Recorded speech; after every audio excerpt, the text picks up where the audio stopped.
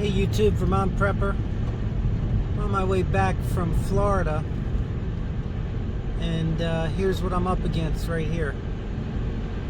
I'm in Vermont right now, and I'm on a long road. It's about 40 miles long to the next town, and it's a major snowstorm right now. And I'm in my 2013 front-wheel drive Passat. It's doing fine in the snow right now, but it's a big shocker to be dealing with this, especially at 1:45 in the morning. But nobody else is on the road, at least, so I have the whole road to myself. But still, it's kind of hard to see, and you know, the hills, it's a little hilly, so I got to kind of watch the speed. I shouldn't even be videoing it, but I had to get something on there. Anyways, just letting everybody know what's going on, and hopefully we'll get through this. Alright, take care everyone. Keep prepping. Luckily, I was smart enough to bring a nice bomber's jacket. Even though it was down in Florida, I figured, well, need something that it's going to be warm, because I'll be coming back into Vermont and it'll be cold. Little did I know that it was going to be like this.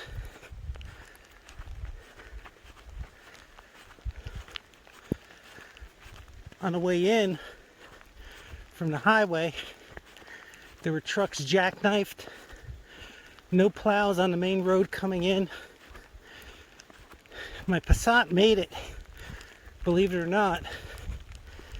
I thought for sure I was going to get stuck on that road. Little did I know that I'm going to get stuck in the town. I was able to find a small parking space in the back of a restaurant so that the car is at least in a good spot. It's not on the street.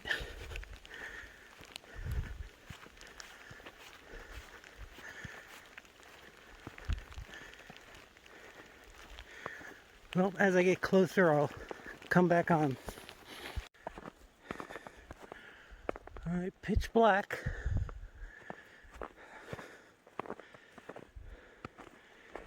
Can't even see where I came from.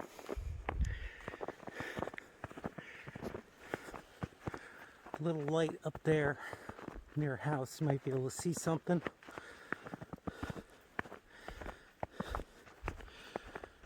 Tell you what, I'm going to give a good plug for Caterpillar sneakers. I didn't bring any boots, but I'll tell you what, these sneakers, it's like having tire treads on your feet.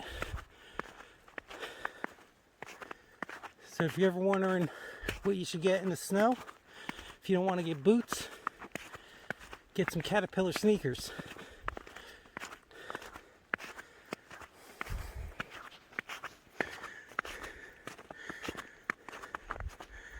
We're still going, I'd say, up about a 14% grade, and then it slopes out probably about 200 yards ahead. Then it's not as bad, but I think I got through the worst part of it. See, there's a little house light right there.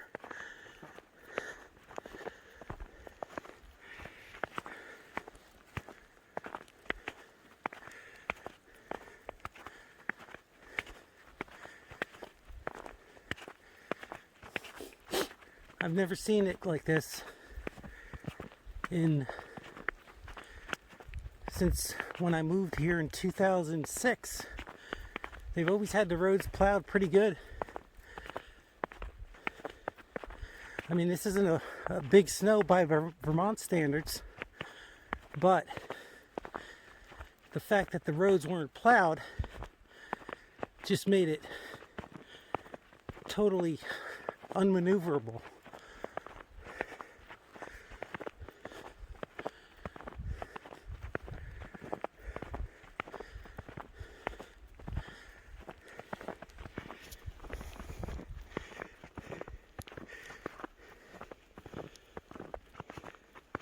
Always keep some gloves in your car as well.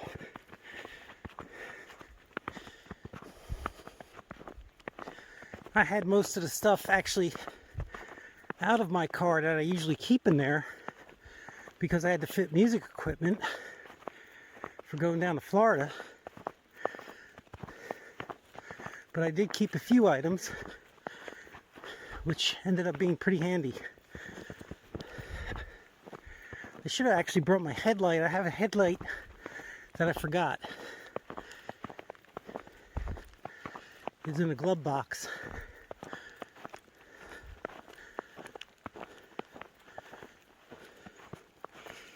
Well, something made a track here which I'm following.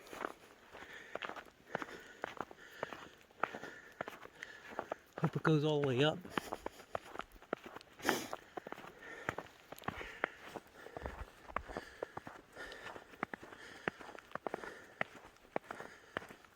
It's really not that cold out, which is a bonus. I'd say it's probably about 30 to 34 degrees. And I'm actually hot underneath this leather jacket.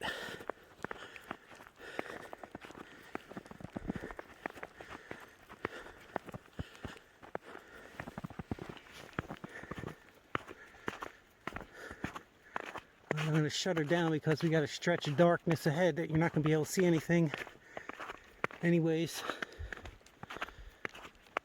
Looks like another grade, probably about a 10% grade ahead.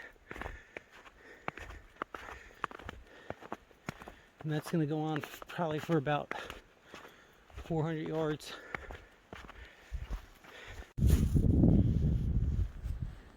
There's a freaking moon, if anybody's interested. F you to the moon, because it ain't out. Probably got about a half mile to go.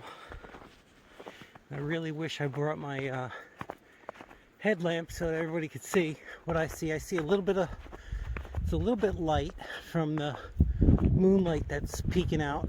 And there's a big field to my right where I'm pointing at right now. And luckily some cars came through here at some point and created a track that I can follow. Because otherwise it's about 6 inches.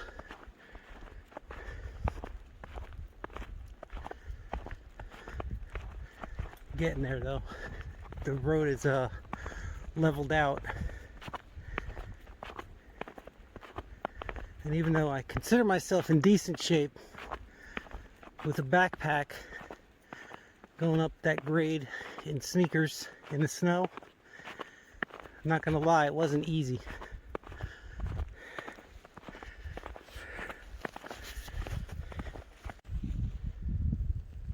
Alright, home sweet home.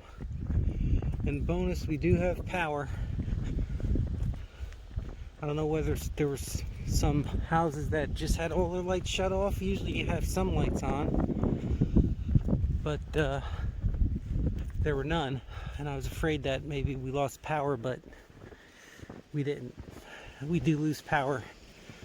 I wouldn't say frequently, but enough to be an annoyance. And we have horrible internet. That's the price of living in a rural environment. It's by choice. I will say this, is that whenever you go out in an area that has the capability to snow, you make sure you carry something, even if it's only a mile away. Like me, I was only a mile away, but I had stuff to get back. And the backpack that I have actually is only carrying my work computer, but I do have another backpack inside the car where I could probably last at least a week out of it.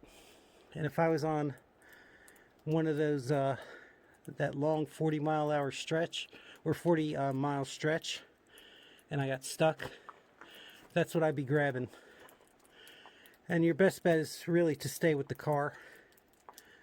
You know, that road it's a main road, so I would have been found the next day if I would have gotten stuck, so it wouldn't have been too bad. But important life lesson: never go home without some stuff. Don't become complacent. We'll give the final profile shot.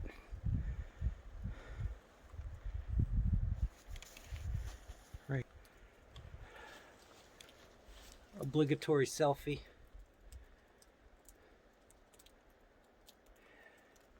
That's my bomber jacket right there.